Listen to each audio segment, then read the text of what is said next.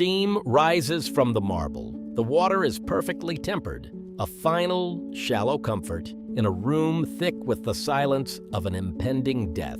It is the year 65 AD, and Lucius Annius Seneca, the greatest philosophical mind of his generation, the man who taught the world that a sage needs nothing, lies in a bath he cannot escape. He has just slashed his own wrists. The blood flows slowly, too slowly, trapped by his old age and his cold flesh. Think about that image for a moment. The preeminent voice of discipline, the man who wrote that the fount of all good for a man is within himself, dying in a desperate, messy attempt to flee the consequences of a worldly life he was never supposed to want. He possessed wealth that rivaled emperors, yet he preached radical poverty. He taught absolute emotional detachment, yet his final hours were dictated by the chaotic whims of a paranoid tyrant. Have you ever built a fortress of routines, habits, and rigid self-control, only to realize you feel more trapped inside it than you did without it? What kind of mind constructs an armor so perfect that it slowly suffocates the very thing it was meant to protect? The answer does not lie in the surface-level discipline we praise today. The real story begins in the quiet, desperate psychology of a man trying to outthink his own humanity. To understand the architecture of this mindset, you have to look at where the wall was first built. For Seneca, that place was a jagged, wind-battered rock in the Mediterranean, Corsica. The year is 41 AD. He is 40 years old, banished from the center of the world by a paranoid emperor, suffering from chronic asthma, and stripped of all his political power. He sits in the damp cold, staring at a barren sea, and he begins to write. This is where the armor is forged. Not in the heat of victory, but in the freezing dark of powerlessness. If you are drawn to the modern obsession with radical discipline, with waking up at 5, with cold plunges, with the ruthless silencing of emotion, you must ask yourself a deeply uncomfortable question. Are you pursuing these things out of genuine strength, or are you running? Psychologists have long understood that an obsessive need for control is almost always a trauma response to having once felt completely out of control. We build mental fortresses to ensure we are never again at the mercy of the world's chaos. You construct a rigid architecture of habits and stoic detachment because somewhere in your past, the unpredictability of life felt like a threat to your survival. As Carl Jung famously warned, people will do anything, no matter how absurd, to avoid facing their own souls. The modern obsession with self-mastery is often just a highly aestheticized form of hiding. We take the messy, terrifying vulnerability of being human and we sanitize it. We call it optimization, we call it grit, but beneath the surface, the disciplined mind is quietly whispering a different mantra. If I am perfect, I cannot be hurt. If I need nothing, I cannot be betrayed. Seneca built his philosophical fortress in Corsica so he would never have to feel the humiliation of exile again. He armored his mind so heavily that when he finally returned to Rome 8 years later, he became exactly the thing his philosophy supposedly despised. He amassed a fortune. He pulled the strings of emperors. He became a master of the very worldly games he had written against, hiding his vulnerability behind a mountain of gold and an impenetrable wall of logic. The armor that keeps the world out is the very same cage that locks you in. Rome, 62 AD.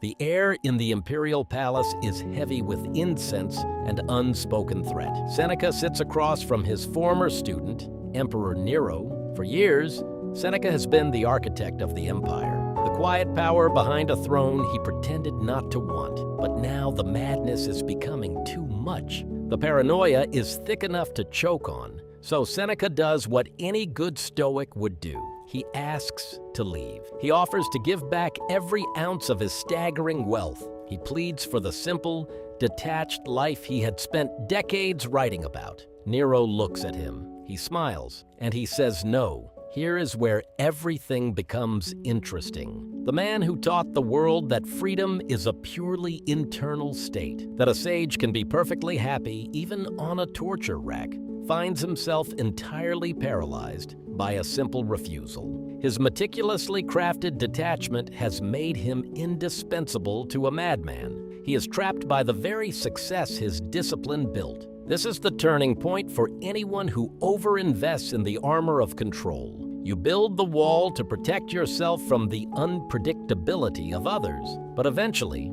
you realize you have simply walled yourself into a corner. You cannot ask for help because asking requires vulnerability.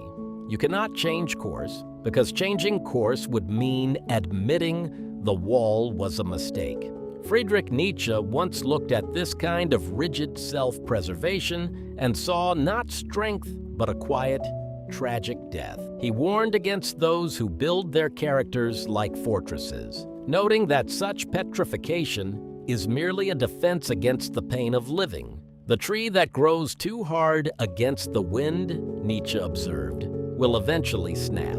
Have you ever felt that strange, hollow ache after a month of perfect routine? That quiet, creeping anxiety that lives just beneath your meticulously controlled schedule? That is the shadow making itself known. When you spend years suppressing your fear, your sadness, and your desperate need for connection in the name of discipline, those emotions do not simply vanish into the ether. They gather in the dark corners of your psyche. They calcify into a deep, invisible chaos. You may look perfectly composed on the outside, but inside, you are slowly suffocating under the weight of everything you refuse to feel. The disciplined mind does not defeat the storm. It merely ensures it drowns in silence. Yet beneath the surface of this modern obsession lies a profound misunderstanding. Look at what we have done to this ancient wisdom. We have taken a deeply spiritual, psychologically rich tradition and stripped it of its soul. We took Epictetus, a man born into the literal chains of slavery, and we transformed his radical survival mechanism into a sterile productivity hack for people trying to optimize their morning routines. This is the great inner conflict of the modern disciplined mind. You are trying to use a tool of emotional alchemy as a weapon of emotional eradication. The original Stoics did not practice the suppression of feeling. They practiced the ordering of feeling. When Marcus Aurelius wrote his Meditations, he was not trying to stop himself from grieving the death of his children.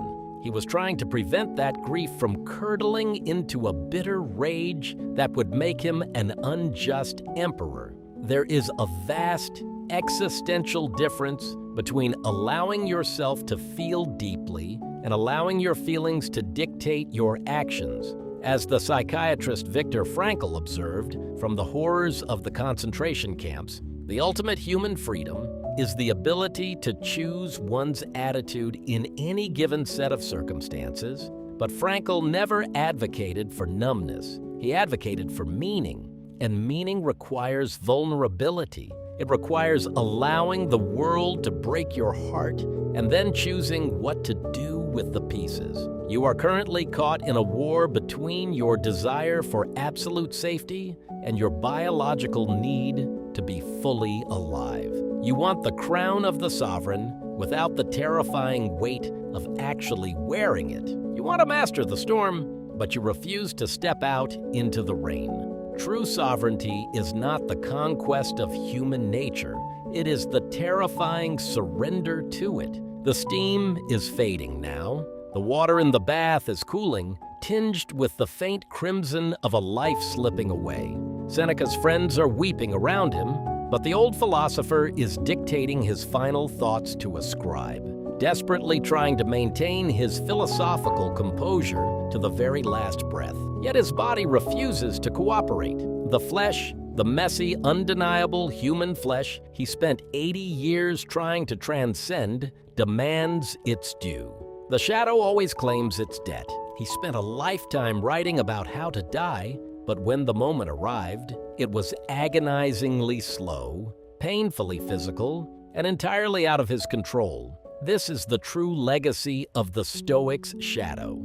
It is the quiet, haunting realization that your relentless pursuit of discipline might just be a beautiful, elaborate distraction from the terrifying act of simply being alive. If you want to think like a true sovereign, you must stop trying to conquer yourself. True mastery is not the eradication of your fear, your sadness, or your need for others. It is the integration of those things. You must let the messiness sit at the table alongside your logic and your ambition. You must realize that your discipline is merely the scaffolding. The actual building is your raw, unfiltered humanity. As Carl Jung profoundly reminded us, wholeness is not achieved by cutting off our undesirable parts, but by embracing them. I would rather be whole than good. I would rather be broken and real than perfectly composed and empty. Look at the walls you have built. Look at the rigid routines, the suppressed frustrations, the emotional distance you maintain in the name of strength. Ask yourself one final question. If you finally took off the armor, what would you be forced to feel? The fortress you built to save your life is the very thing keeping you from living it.